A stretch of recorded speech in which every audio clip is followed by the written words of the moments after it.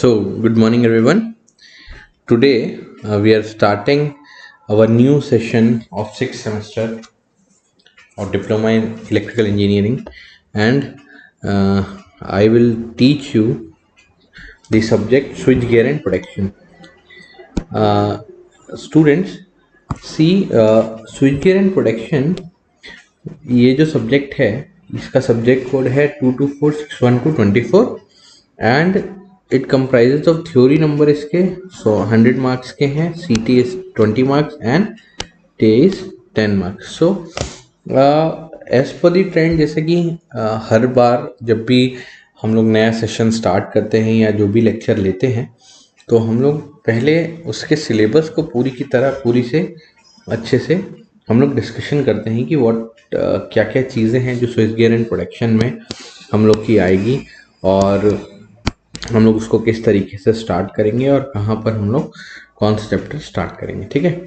सो देखिए यहाँ पर जो सबसे पहला चैप्टर है, देखिए what is the use of this subject switch gear and production. सबसे पहले तो हम लोग को इसको समझना बहुत ज़्यादा ज़रूरी है कि स्विच गियर एंड प्रोडक्शन का यूज किस पार्ट में हमारे इलेक्ट्रिकल इंजीनियरिंग के आएगा. तो जो ये स्विच गियर एंड प्रोडक्शन है, ये जो स्विच गियर एंड प्रोडक्शन, ये हमारा बेसिकली हम लोग स्विच गियर जो हम लोग देखेंगे सबसे ज्यादा वो हम लोग देखेंगे अपने सब स्टेशंस में, पावर स्टेशंस में स्विच गियर्स बहुत ज़्यादा इस्तेमाल होते हैं. ये जो स्विच गियर्स होते हैं जो सब स्टेशन और पावर स्टेशन में इस्तेमाल होते हैं, ये एक तरीके से क्या है, प्रोटेक्टिव स्कीम्स हैं जो कि अलग अलग तरीके के equipments, machineries, bus bars, feeders, transmission line, distribution line, इन सब में नॉर्मल और एबनॉर्मल फॉल्ट को मिनिमाइज करने के लिए और ह्यूमन बींग्स की सेफ्टी के लिए हम लोग इसको इस्तेमाल करते हैं, ये सारे स्विच गियर्स को. ये जो सब्जेक्ट है ये आप लोगों के स्किल्स को डेवलप करने के लिए है, स्विच गियर्स के और उनके कंट्रोल्स को, उनके ऑपरेशंस में, जैसा कि जो भी पावर सिस्टम में इस्तेमाल होता है. ठीक है. इसमें आप लोग ये देखेंगे कि कैसे हम लोग फॉल्ट्स, एबनॉर्मलिटीज जो पावर सिस्टम, मशीनरीज, इक्विपमेंट्स में आते हैं उनको किस तरीके से डायग्नोज कर सकते हैं और उनको किस डिवाइसेस या इंस्ट्रूमेंट्स का यूज़ करके हम लोग फॉल्ट्स को डिटेक्ट कर सकते हैं और कहाँ पर हम लोग उसको इम्प्लीमेंट कर सकते हैं. ठीक है. So this is the basic idea behind this particular subject, that is the switch gear and production. तो जो पहला हमारा चैप्टर है जिसमें हम लोग प्रिंसिपल्स ऑफ प्रोटेक्शंस के बारे में पढ़ेंगे कि देखिए प्रोटेक्शन का मतलब अगर आप समझना चाहें तो प्रोटेक्शन हम लोग किसी भी चीज़ से किस तरीके से बचाव, अगर हिंदी में अगर इसको हम लोग देखें तो हम लोग किस तरीके से अपने आप को, अपने खुद को अच्छे से बचा के, किसी भी हानि से बचा के अपने आप को कैसे रख सकते हैं, ये हमारा प्रोटेक्शन के प्रिंसिपल्स में आएगा. और देखिए ये तो प्रोडक्ट के सेल्फ प्रोटेक्शन की बात मैं बोल रहा हूँ, लेकिन अगर हम लोग देखें कि एक पावर सिस्टम के प्रोटेक्शन की बात, तो सबसे पहले हम लोग को पावर सिस्टम को समझना बहुत ज़रूरी है कि पावर सिस्टम में एक्चुअली होता क्या है, कि एक पावर सिस्टम में क्या क्या चीज़ें हैं जो कि कंप्राइज होती है. तो अगर हम लोग देखें कि पावर सिस्टम में क्या क्या चीज़ें हैं जो कि होती है, तो पावर सिस्टम में सबसे पहली चीज़ अगर हम लोग देखें तो उसका लाइन डायग्राम हमको समझना ज़रूरी है. क्योंकि देखिए हम लोग पूरा का पूरा सब स्टेशन जो होता है उसको, हर एक इतना बड़ा सब स्टेशन को छोटे से टोपो शीट में क्रिएट करके समझना बहुत टफ हो जाता है. तो उसको सिंप्लीफाई करने के लिए, उसको सिंप्लिसिटी क्रिएट करने के लिए व्हाट वी हैव स्टार्टेड हम लोग उसके लिए क्या करते हैं, हम लोग उसके लिए बेसिकली व्हाट वी डू, हम लोग उसके लिए लाइन डायग्राम्स बनाते हैं, सिंगल लाइन डायग्राम्स. तो दिस सिंगल लाइन डायग्राम जो ये चीज़ होती है, ये सिंगल लाइन डायग्राम हमारे, जैसे कि आप लोग ऑलरेडी अपने एलिमेंट्स ऑफ इलेक्ट्रिकल इंजीनियरिंग और इलेक्ट्रिकल इंजीनियरिंग ड्राइंग जो सब्जेक्ट्स हैं इसमें आप लोग कैसे हम लोग एक लाइन को प्रदर्शित करते हैं, कैसे हम लोग ट्रांसफार्मर को प्रदर्शित करते हैं, कैसे हम लोग इंसुलेटर्स को प्रदर्शित करते हैं, कैसे हम लोग स्विचेस को प्रदर्शित करते हैं, उनके एक सिंगल लाइन डायग्राम आपने क्रिएट किया। इवन जो आपका सब्जेक्ट था power system protection, PSOC, power system operation and control, उसमें भी आप सिंगल लाइन डायग्राम के थ्रू किस तरीके से किसी भी एक पूरे के पूरे पावर सिस्टम को हैच कर सकते हैं, ये चीज़ आपने पढ़ी होगी। तो सबसे पहले हम लोग लाइन डायग्राम देखेंगे पावर सिस्टम को और उसके एलिमेंट्स क्या क्या होते हैं। दूसरा चीज़ हम लोग देखेंगे कितने प्रकार के फॉल्ट्स, एबनॉर्मलिटीज़ जो होते हैं हमारे पावर सिस्टम में, वो क्यों होते हैं, उनका क्या प्रकार है और उनका क्या इफेक्ट पड़ता है हमारे पावर सिस्टम में। इस चीज़ को हम लोग समझने की कोशिश करेंगे, ठीक है। जो दूसरा हमारा, इसके बाद हम लोग हर एक प्रोटेक्टिव सिस्टम के बेसिक एलिमेंट्स के फंक्शंस को हम लोग इसमें पढ़ने की, समझने की कोशिश करेंगे कि एक प्रोटेक्टिव सिस्टम के क्या क्या बेसिक एलिमेंट्स होते हैं। दूसरा चीज़ देखिए, जब भी हम लोग कोई भी प्लान क्रिएट करते हैं तो always we are having a backup plan. तो बैकअप प्लान की ज़रूरत क्यों पड़ती है कि अगर हमारा जो मेन सिस्टम है, अगर उसमें किसी भी प्रकार की फॉल्ट या एबनॉर्मलिटी आ गई, तो हम लोग एक बैकअप प्लान क्रिएट करके रखते हैं या बैकअप प्रोटेक्शन क्रिएट करके रखते हैं, जिससे कि हम लोग का जो भी प्लान है, जो भी हम लोग की प्लानिंग है, उसमें हम लोग तुरंत के तुरंत फिर से रीस्टेट कैसे हो सके। तो उसके लिए हम लोग उसमें बैकअप प्रोटेक्शन का इस्तेमाल करेंगे। बैकअप प्रोटेक्शन कितने प्रकार के होते हैं, बैकअप प्रोटेक्शन क्या होता है, उसके अलग अलग टाइप्स क्या क्या होते हैं, ठीक है। अब देखिए, आप लोग अर्थिंग के बारे में तो सब सुने होंगे, ठीक है, लेकिन न्यूट्रल अर्थिंग आप सबके लिए एक नया शब्द रहेगा। आप लोग भी इस न्यूट्रल अर्थिंग को भली भांति जानते हैं सबके सब, बट ये आपके लिए एक नई शब्दावली के साथ आएगा। और क्या इम्पोर्टेंस है अर्थिंग का, क्या इम्पोर्टेंस है न्यूट्रल अर्थिंग का, कि किन किन प्रकार से हम लोग न्यूट्रल अर्थिंग करते हैं और वो क्यों किया जाता है, उसके एडवांटेजेस क्या हैं, ये सारा का सारा पूरा जो लेखा जोखा है हम लोग इस पर्टिकुलर चैप्टर में पढ़ेंगे। और what are the causes, what are different types of neutral earthing. क्योंकि देखिए, हर जगह हम लोग एक ही प्रकार की न्यूट्रल अर्थिंग करें वो पॉसिबल नहीं है। तो according to the type, according to the place, according to the variations, हम लोग हर अलग अलग जगहों में अलग अलग टाइप की न्यूट्रल अर्थिंग करते हैं। और वो किस तरीके से करते हैं, उनके क्या एडवांटेजेस हैं उस पर्टिकुलर न्यूट्रल अर्थिंग का, ये भी हम लोग समझने की कोशिश करेंगे, ठीक है। अब देखिए, ये तो रही बात किसकी, न्यूट्रल अर्थिंग की। न्यूट्रल अर्थिंग के एडवांटेजेस के बारे में बात हो गई। अब हम लोग देखेंगे कि ये कि अब हम लोग ओवर वोल्टेज प्रोटेक्शन क्या होता है। नेक्स्ट जो चैप्टर है हमारा, पहला चैप्टर तो हमारा प्रिंसिपल्स ऑफ प्रोटेक्शन से यहाँ पर ख़त्म हो जाएगा। जो दूसरा चैप्टर है वो है हमारा ओवर वोल्टेज प्रोटेक्शन की। सबसे पहली चीज़ तो क्या होता है ओवर वोल्टेज। जैसे हम लोग अगर हम लोग इस पूरे चीज़ों को समझने की कोशिश करें, ओवर वोल्टेज प्रोटेक्शन, तो ये 3 शब्दों से मिलकर बना। एक तो ओवर, जिसको अगर हम लोग हिंदी में समझना चाहें तो ओवर का मतलब होता है ज़रूरत से ज़्यादा, वोल्टेज, वोल्टेज विभव और प्रोटेक्शन, ठीक है। तो ये 3 शब्दों से मिलकर बना ओवर वोल्टेज प्रोटेक्शन।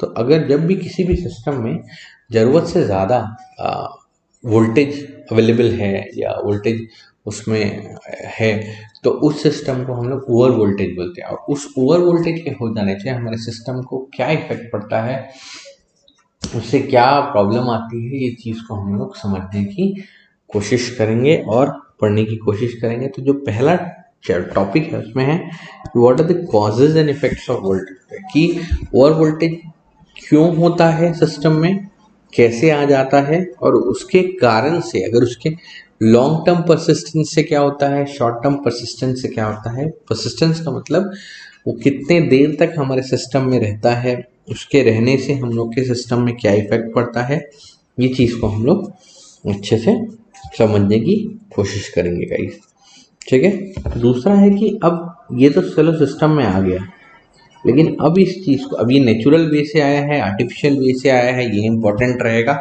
तो हम लोग किस तरीके से उस चीज़ को हम लोग एलिमिनेट करें, किस तरीके से रिड्यूस करें, ये इम्पोर्टेंट फैक्टर रहेगा। तो ये रहेगा methods of reducing over voltage में। दूसरा जो थर्ड टॉपिक है हमारा, वो है हमारा टाइप्स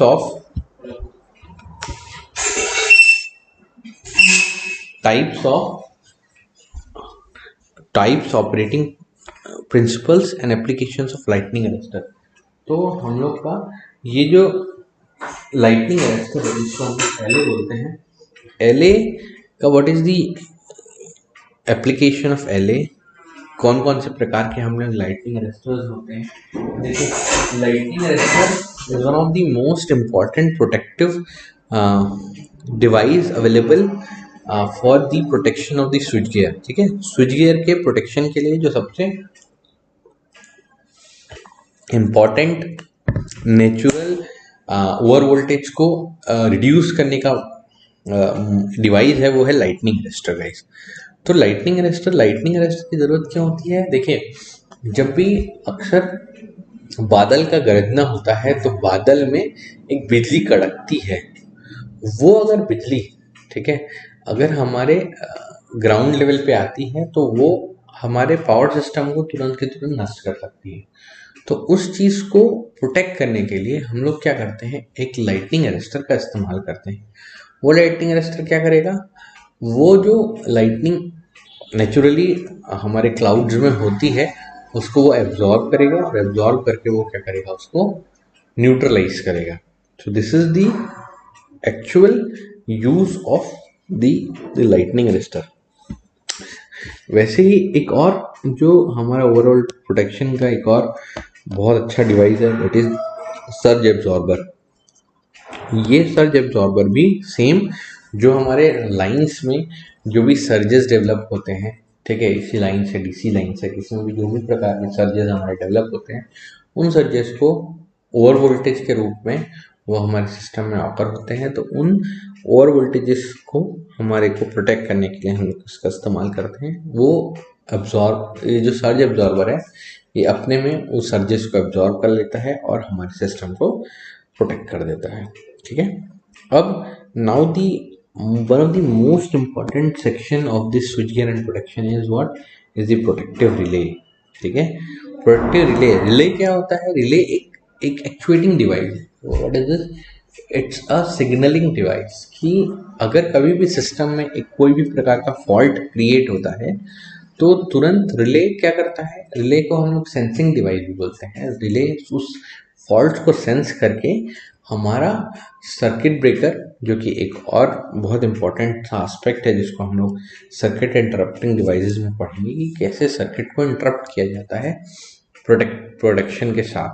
तो रिले क्या करता है, relay just it gives us, it senses the faults और फॉल्ट्स को सेंस करके वो एक सिग्नल जनरेट करता है और हमारा जो फॉल्ट है वो वहीं तक सीमित रह जाता है और बाकी सिस्टम जो है सर्किट ब्रेकर के माध्यम से सर्किट को ब्रेक करके बाकी सिस्टम को बचा लिया जाता है और रिले ऑपरेट होता है। सो देखिए, अब इसमें भी रिले का फेलियर भी हो सकता है। तो एक होता है प्राइमरी रिले, एक होता है सेकेंडरी रिले, एक होता है backup relay. So there are different types of relay जो हम लोग इसमें पढ़ेंगे। फिर हम लोग इसमें देखेंगे क्लासिफिकेशंस ऑफ रिले और कितने प्रकार के रिले होते हैं, distance relay, impedance relay, mho relay, बहुत अलग अलग टाइप के रिलेज होते हैं। उनका कौन से टाइप का रिले कहाँ पर उपयोग होता है और किस तरीके से हम लोग उस चीज़ को समझने की कोशिश करेंगे, ये इम्पोर्टेंट रहेगा हमारा इस यूनिट में। और फिर उसके बाद हम लोग हर एक टाइप के जो रिलेज हैं उनके कंस्ट्रक्शन, उनके वर्किंग प्रिंसिपल्स जो हैं उनको पढ़ेंगे। जैसे इलेक्ट्रोमैग्नेटिक रिले क्या होता है, इंडक्शन रिले क्या है, रिवर्स पावर रिले क्या है, डिफरेंशियल रिले क्या है, डिस्टेंस रिले क्या है, आईडीएमटी रिले क्या है, थर्मल रिले क्या है। तो ये जितने भी प्रकार के रिलेज हैं हम लोग इसको प्रोटेक्टिव रिलेज के टॉपिक में पढ़ेंगे। ठीक है, फिर जो नेक्स्ट टर्म है, हम नेक्स्ट जो सेक्शन रहेगा वो है हमारा basic terms related to relays. तो अब देखिए, अगर रिले को समझना है तो उसके बेसिक टर्मिनोलॉजीज को समझना बहुत जरूरी कि उसकी डिज़ाइनिंग के समय हम लोग किस प्रकार से किन किन चीज़ों का इस्तेमाल करते हैं, किस वैल्यू को हमको वहाँ अप्रोप्रिएटली, किस वैल्यू का हमको रिले ना प्रॉपर रहेगा। तो जैसे पिकअप रिले क्या होता है, रिले की पिकअप वैल्यू क्या होती है, रीसेट वैल्यू क्या होती है, ऑपरेटिंग करंट क्या होता है, फिर setting of various types of relay क्या होता है, cause and failure of primary relying क्या होता है, use and types of backup release power system में कौन से होते हैं। तो ये डिफरेंट, देखिए सेटिंग की ज़रूरत क्यों होती है, देखें कि अगर हम लोग रिलेज को सेट नहीं करेंगे तो क्या होगा कि अगर वो थोड़ी सी वैल्यू का ऊपर नीचे हुआ तो वो तुरंत के तुरंत आपको सिग्नल भेजेगा और सर्किट ब्रेकर बार बार ट्रिप होते रहेगा। मतलब हमारा जो सर्किट है वो बार बार ट्रिप होते रहेगा, मतलब हमारा सर्किट ब्रेकर बार बार ट्रिप होते जाएगा। तो उसके इंस्टेड हम लोग उसको इस टाइप से सेट करते हैं कि एक मिनिमम थ्रेशोल्ड वैल्यू के ऊपर ही अगर किसी प्रकार का वोल्टेज या करंट में चेंजेस आता है तभी वो हमको दे, ठीक है। और देखिए इसके बाद सेटिंग तो हमने कर दी, लेकिन होता यह है कई बार कि हमारा जो फेलियर है वो हमारे प्राइमरी साइड से हो जाता है। वो उसका कारण क्या होता है कि देखिए ज़रूरी नहीं है कि आपका हर रिले की क्वालिटी क्वांटिटी सब प्रॉपर रहे, है ना। There can be fault because this all are the human errors, और जब ह्यूमन एरर कर सकते हैं तो मशीन्स भी एरर कर सकते हैं। तो exactly the same cause is the failure of primary relying. तो प्राइमरी रिलेइंग अगर फेलियर होता है किसी भी प्रकार से, तो उस केस में हम लोग किस तरीके से हम लोग बैकअप क्रिएट करें वो हम लोग नेक्स्ट टाइप टॉपिक में पढ़ेंगे, और क्या क्या कारण है हमारे प्राइमरी रिलेज के फेलियर का ये हम लोग देखेंगे। फिर हम लोग different types of backup release क्या देखेंगे, उनका क्या इस्तेमाल होता है, किस तरीके से हम लोग पावर सिस्टम में बैकअप रिलेज का इस्तेमाल करते हैं, ये हम लोग थर्ड यूनिट में पढ़ेंगे। जो चौथा चैप्टर है इंस्ट्रूमेंट ट्रांसफॉर्मर्स। ये जो इंस्ट्रूमेंट ट्रांसफॉर्मर है ये बहुत ही ज़्यादा इम्पोर्टेंट एस्पेक्ट है जब हम लोग कमर्शलाइजेशन की बात करते हैं। मतलब जब हम लोग ये देखते हैं कि हमारा इंस्ट्रूमेंट कि हम लोग कितना इलेक्ट्रिसिटी कंज्यूम कर रहे हैं, कितना हमारा वेस्टेज हो रहा है, और बहुत सारी चीज़ें जो इन्वॉल्व होती है वो इंस्ट्रूमेंट ट्रांसफार्मर के साथ होती है। इंस्ट्रूमेंट ट्रांसफार्मर दो टाइप के हैं, पहला है हमारा सीटी जिसको हम लोग बोलते हैं करंट ट्रांसफार्मर, दूसरा है पीटी जिसको हम लोग बोलते हैं पोटेंशियल ट्रांसफार्मर या वोल्टेज ट्रांसफार्मर भी बोलते हैं उसको। तो हम लोग इसमें हम लोग देखेंगे कि इंस्ट्रूमेंट ट्रांसफार्मर किस तरीके से प्रोटेक्शन के लिए इस्तेमाल किए जाते हैं, उनकी पोलैरिटी मार्किंग क्या होती है, और उनके कनेक्शन डायग्राम क्या होते हैं। ये तीन टॉपिक सिंगल फेज और थ्री फेज में हम लोग इसको बहुत इजीली समझने की कोशिश करेंगे, ठीक है। तो जो नेक्स्ट हमारा चैप्टर है, chapter number 5 is one of the most important aspect of the switch gear, that is the circuit interrupting devices. Circuit interrupting device मतलब देखिए सर्किट नॉर्मली वर्क करते रहता है, लेकिन अगर किसी प्रकार का फॉल्ट आता है तो रिले क्या करता है, उसको सेंस करता है। रिले अगर सपोज करो आपको प्राइमरी रिले फेलियर हो गया तो क्या आ जाता है, बैकअप रिले काम करता है। बैकअप रिले भी क्या करेगा, हमारे जो सर्किट इंटरप्टिंग डिवाइसेस हैं उनको क्या करेगा, एक सिग्नल भेजेगा कि नहीं now the voltages are more या करंट इज मोर। अब आपको इसको सर्किट को बचाने के लिए, प्रोटेक्ट करने के लिए आपको उसको ब्रेक करना पड़ेगा वहाँ पर। तो ये जो सर्किट डिवाइसेस हैं ये क्या करेंगे, ये उनको ब्रेक करेंगे और फॉल्टी पार्ट ऑफ सिस्टम को अलग करके और जो हेल्दी पार्ट ऑफ सिस्टम को अलग कर देंगे। तो ये हमारा प्रोटेक्शन पूरा का पूरा सिस्टम हो जाएगा। तो अभी जो सर्किट इंटरप्टिंग डिवाइस है इसमें बेसिकली हम लोग क्या बोलते हैं, सर्किट ब्रेकर, सर्किट सीबी बोलते हैं हम लोग। तो सीबी अलग अलग प्रकार के हैं, एक है एसीबी, ठीक है, दूसरा है ओसीबी, तीसरा है एबी स्विच, चौथा है SF6, फिर हमारा वैक्यूम सर्किट ब्रेकर है, ऑयल सर्किट ब्रेकर है, एबी स्विच है, SF6 सर्किट ब्रेकर है, एयर सर्किट ब्रेकर है। तो ये इसके अलग अलग प्रकार के वर्किंग प्रिंसिपल्स क्या हैं, क्या कंस्ट्रक्शन क्या है, इस चीज़ को समझेंगे। फिर हम लोग देखेंगे कि लाइन डायग्राम जो प्रोटेक्टिव सिस्टम का है उसमें सर्किट इंटरप्टिंग डिवाइसेस कहाँ कहाँ पर लगते हैं। फिर हम लोग इसके इंटरनल हम लोग और इंटरनली क्रिएट करेंगे कैसे आर्क फॉर्मेशन होता है हमारे सर्किट ब्रेकर में। सर्किट ब्रेकर में किस तरीके से आर्क का फॉर्मेशन होता है, आर्क एक्सटिंक्शन कैसा होता है, मेथड ऑफ आर्क एक्सटिंक्शन क्या है सर्किट ब्रेकर में। फिर सर्किट इंटरप्शन वेव फॉर्म क्या है, the types end of isolators, requirement types of isolators क्या होते हैं, आइसोलेटर्स का काम क्या होता है, सर्किट ब्रेकर और आइसोलेटर में जब एक टाइप के जो दोनों चीज़ें हैं तो दोनों का डिफरेंस क्या है, वो कहाँ कहाँ इस्तेमाल होते हैं, what is the use of isolators if circuit breakers available. तो हम लोग ये देखेंगे। और फिर last but not the least जो सबसे ज़्यादा इस्तेमाल किया जाने वाला चीज़ था that is the fuse. Fuse क्या होता है, उसकी कैरेक्टरिस्टिक्स क्या होता है। देखिए हम लोग बचपन से पहले तो हमारे घरों में जब हम लोग के पहले घर बनते थे तो उस समय फ्यूजेस हुआ करते थे, ठीक है।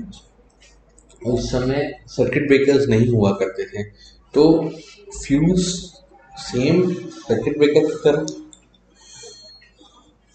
सर्किट ब्रेकर क्या करता है, ट्रिप करता है सर्किट को। और ये क्या करता था, इसमें फ्यूज में एक हम लोग फ्यूज वायर लगाते थे कटआउट में, और वो फ्यूज वायर क्या होता था, अगर ओवर वोल्टेज आता है या ओवर करंट आता है तो वो जो फ्यूज वायर रहता था जो कनेक्ट करके रखता है हमारे सर्किट को, वो क्या हो जाता था, मेल्ट हो जाता था। मेल्ट होने से क्या हो जाता था हमारा, उस समय जो क्या बोलते हैं, हमारा जो सप्लाई लाइन था वो अलग हो जाता था और हमारा जो घर का कनेक्शन है वो अलग हो जाता था। तो फिर अगर जब हमको फिर से अगर उसको रीस्टेट करना है तो हम लोग को सबसे पहले तो फॉल्ट डिटेक्ट करना पड़ता था। फॉल्ट को हम लोग जैसे ही डिटेक्ट कर लेते थे, फिर उसके बाद हमको उस चीज़ को, फॉल्ट डिटेक्ट करने के बाद हम लोग उसको रीस्टेट करने के लिए फिर से फ्यूज वायर लगा के वापस कटआउट को लगा देते थे। तो this was the method earlier, जो कि सबसे ज़्यादा इस्तेमाल होता था, और इसके द्वारा ही हम लोग अपने घर को प्रोटेक्ट करके बचा के रख सकते थे, ठीक है।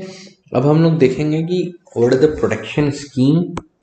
प्रोटेक्शन स्कीम क्या है हमारा, प्रोटेक्शन स्कीम्स में हम लोग देखेंगे एबनॉर्मलिटीज़ क्या हैं और फॉल्ट्स पावर सिस्टम में उसके इफेक्ट क्या हैं, प्रोटेक्शन है ना, किस किस प्रकार के एबनॉर्मलिटीज़ हैं, फॉल्ट है पावर सिस्टम में, उनका क्या इफेक्ट है, अल्टरनेटर के लिए हम लोग क्या प्रोटेक्शन स्कीम है, what is the protection against prime mover failure. अगर प्राइम मूवर हमारा फेलियर हो गया या अनलोडिंग हो गई तो उसमें हम लोग किस प्रकार से इसका प्रोटेक्शन करेंगे। फिर जो इम्पोर्टेंट जो मेन चीज़ है ट्रांसफार्मर का प्रोटेक्शन, बिकॉज ट्रांसफार्मर क्या है, ट्रांसफार्मर एक स्टैटिक डिवाइस है जो कि हम लोगों का without change in the frequency वो हमारे वोल्टेज को क्या करता है, स्टेप अप या स्टेप डाउन करता है, ठीक है। और हमारी रिक्वायरमेंट के हिसाब से हमको वो एनर्जी प्रोवाइड करता है, ठीक है। और उसके बाद हमारे जो प्रोटेक्शन स्कीम हम लोग देखेंगे वो लाइंस, ट्रांसमिशन लाइंस और फीडर के लिए क्या प्रोटेक्शन स्कीम पहले चला करती थी, अभी क्या आ जाती है, उसमें क्या क्या चेंजेस हुए हैं, रिसेंट ट्रेंड्स, रिसेंट टेक्नोलॉजीज जो आती जा रही है उसमें क्या चेंज हो रहे हैं। फिर प्रोडक्शन ऑफ इंडक्शन मोटर। तो ये हम लोग देखेंगे कि जो हम लोग मेजर डिवाइसेस हैं हमारे, उसमें हम लोग किन किन चीज़ों का इस्तेमाल कर रहे हैं और उसमें किस तरीके से हम लोग इस चीज़ को करेंगे। अब देखिए ये जो है, इसमें हम लोग जो बुक्स का इस्तेमाल करेंगे वो है बद्रीराम टाटा मैग्रो हिल की power system protection, switch gear and protection की देश पांडे जो है, इलेक्ट्रिकल पावर सिस्टम की है वीके मेहता। सो और इसमें आप और भी बुक्स, जेबी गुप्ता एक बुक है, आप उसका भी इस्तेमाल कर सकते हैं इलेक्ट्रिकल पावर सिस्टम्स के लिए, ठीक है। सो देर आर वेरियस बुक्स जो आप पढ़ सकते हैं। अशफाक हुसैन इस दीवान, आप अशफाक हुसैन को भी पढ़ सकते हैं, ठीक है। So it depends upon you guys कि आपको कौन से ऑथर की लैंग्वेज जो है वो बेटर लगती है और आप जिसको पढ़ना पसंद करते हैं, ठीक है। Because there are an number of text books और लैब मैनुअल्स जो कि अवेलेबल है, and guys I will provide you the lab manuals, ठीक है। लैब मैनुअल्स मैं आपको प्रोवाइड कर दूंगा, और even we will be providing you notes in English and Hindi, ठीक है, दोनों में हम लोग नोट्स आप प्रोवाइड कर देंगे। So this is the first class जो कि हम लोग लेने वाले थे और डिस्कशन करने वाले थे। Do send me your queries if any in the WhatsApp, ठीक है, और we will continue in the next lecture, ठीक है। So till then thank you, have a nice day, good bye.